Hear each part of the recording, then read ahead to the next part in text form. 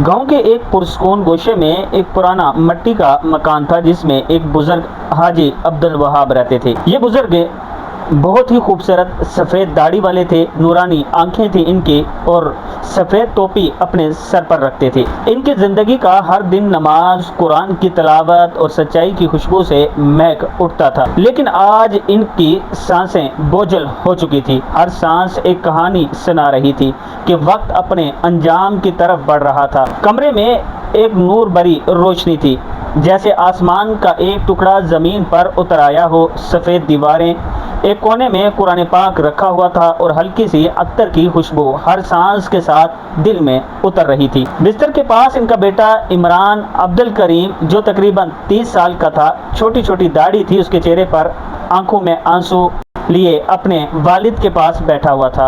अपने वालिद का हाथ उसने मजबूती से थाम रखा था, जैसे वो चाह रहा था कि वक्त रुक जाए, मौत का फरिश्ता थम जाए और ये लम्हा हमेशा कायम रहे। हाजी अब्दुल करीम ने कमजोर मगर मोहब्बत से भरी आवाज में कहा, बेटा मेरी बात गौर से सुनो, मैं तुम्हें अपनी जिंदगी का सबसे कीमती तोहफा देने जा रहा हूँ। वो नसीहत जो तुम्हारी दुनिया और आखिरत दोनों संवार देगी। कुछ लम्हे खामोशी तारी रही, फिर इन्होंने कहा, पहली नमाज। इनकी आंखों में एक रोशनी चमक उठी। रसूल अकरम सल्लल्लाहु अलैहि वसल्लम ने फरमाया, क़यामत के दिन बंदा जो अपना हिसाब देगा उसमें सबसे पहले नमाज का हिसाब देगा। वालिद की ये बात सुनकर बच्चे के चेहरे पर मुस्कुराहट आई। फिर वालिद मुस्कुराते हुए बोले, बेटा नमाज सिर्फ इबादत नहीं, ये तुम्हें बुराइयों से रोकती है, सब्र सिखाती है, तुम्हारे दिल को पाक करती है और तुम्हें अल्लाह के करीब ले जाती है। जो बंदा नमाज का पाबंद हो, इसके दिल में ऐसा सुकून होता है जो न दुनिया का सोना, ना कोई ताज और ना कोई ताकत दे सकती है। इमरान के अब्बू ने दूसरी नसीहत की कि बेटा सच्चाई। वो फरमाने लगे कि नबी अकरम सल्लल्लाहु अलैहि वसल्लम ने फरमाया, सच्चाई नेक अमल की तरफ ले जाती है और नेक अमल जन्नत की तरफ ले जाता है। सही बुखारी की हदीस है। इन्होंने बेटे की आंखों में देख कर कहा, बेटा झूठ एक जहर है जो आहिस्ता आहिस्ता इंसान का ईमान खा जाता है, चाहे वो कितना ही छोटा क्यों ना हो। लेकिन सच्चाई तुम्हारी इज्जत, तुम्हारा ईमान और तुम्हारा ताल्लुक को अल्लाह से मजबूत कर देती है। कुछ लम्हे की खामोशी के बाद इनके चेहरे पर एक सुकून भरी मुस्कुराहट आई। फिर उन्होंने कहा, तीसरी अमानतदारी। इन्होंने नरमी से कहा कि रसूल अकरम सल्लल्लाहु अलैहि वसल्लम ने फरमाया, जिसमें अमानतदारी नहीं इसका ईमान मुकम्मल नहीं।